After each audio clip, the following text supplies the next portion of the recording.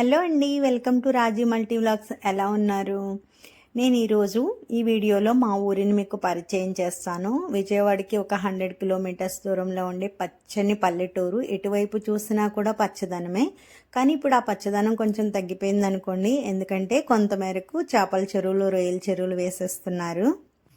మా ఊరి వైపు ప్రాంతాన్ని దివి తాలూకా అంటారండి. 1977లో పెద్ద గాలివాన ఉప్పెన వచ్చినప్పుడు చాలా ప్రాణ నష్టం, ఆస్తి నష్టం జరిగిందట. అప్పుడు చాలా కొంతమంది మాత్రమే బ్రతికారట. తినటానికి తిండి కూడా లేక నూకలు జావ కాసుకుని తాగామని మా మదర్ ఎప్పుడు చెప్తూ ఉంటారు. కానీ వాళ్ళు పడిన కష్టం అనేది మాకు ఉండకూడదని మమ్మల్ని చాలా అల్లారుముద్దుగా ఎలాంటి కష్టము లేకుండా పెంచారండి.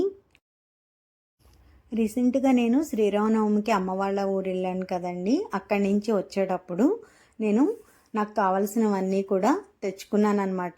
నేను వెళ్ళినప్పుడు లేదా అమ్మ వాళ్ళు వచ్చేటప్పుడు యాజ్ యూజువల్గా మాకు కావాల్సినవన్నీ కూడా అమ్మ గుర్తు పెట్టుకుని తెస్తూ ఉంటారు. ఊరి నుంచి తెచ్చుకునేవి చాలా అంటే చాలా బాగుంటాయండి.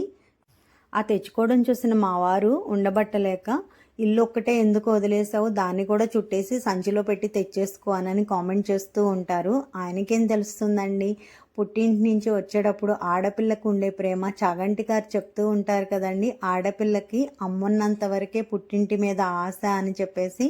చూసేవాళ్ళందరికీ ఇవి సామాన్యులాగా కనిపిస్తున్నాయి, కానీ యాక్చువల్గా చెప్పాలి అంటే ఇది అమ్మ ప్రేమ అండి. అంటే మనకి ఇవి ఇక్కడ దొరకవు, మనం కొనుక్కోలేము అని కాదండి. అమ్మ ప్రేమగా తను ఇస్తే కాదనకుండా తెచ్చుకోవడం అనేది కూతురిగా నాకు అలవాటు అనమాట.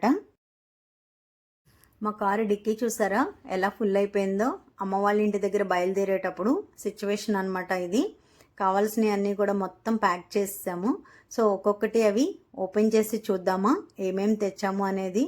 అలాగే మీరు కూడా మీ అమ్మ వాళ్ళ ఇంటికి వెళ్ళినప్పుడు ఇలాగే తెచ్చుకుంటారా? తెచ్చుకుంటే మీరేమేమి తెచ్చుకుంటారో కామెంట్ చేయండి ప్లీజ్. ముందు వీడియోలో చెప్పాను కదండి, అమ్మ వాళ్ళ వైపు చేపల చెరువులు, రొయ్యల చెరువులు ఉంటాయని.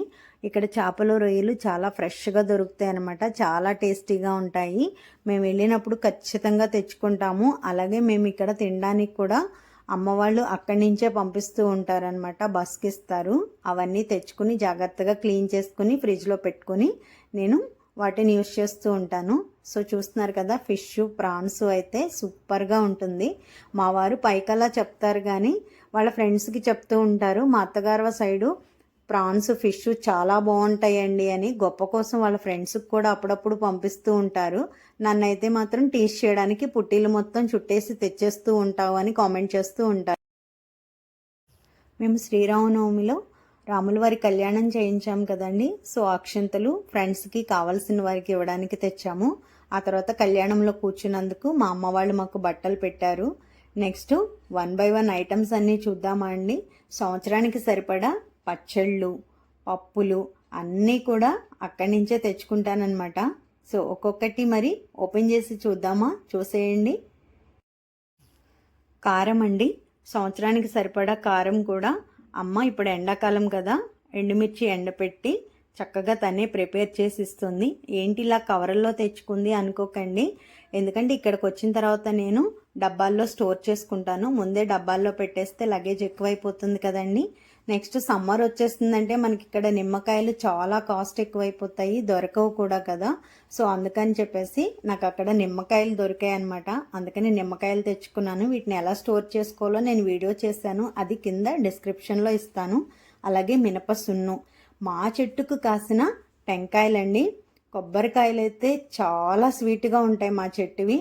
అలాగే కూరగాయలు కూడా వదలలేదు అమ్మ. ఎంత చెప్పినా కూడా వినిపించుకోకుండా కూరగాయలు కూడా సర్దేసింది.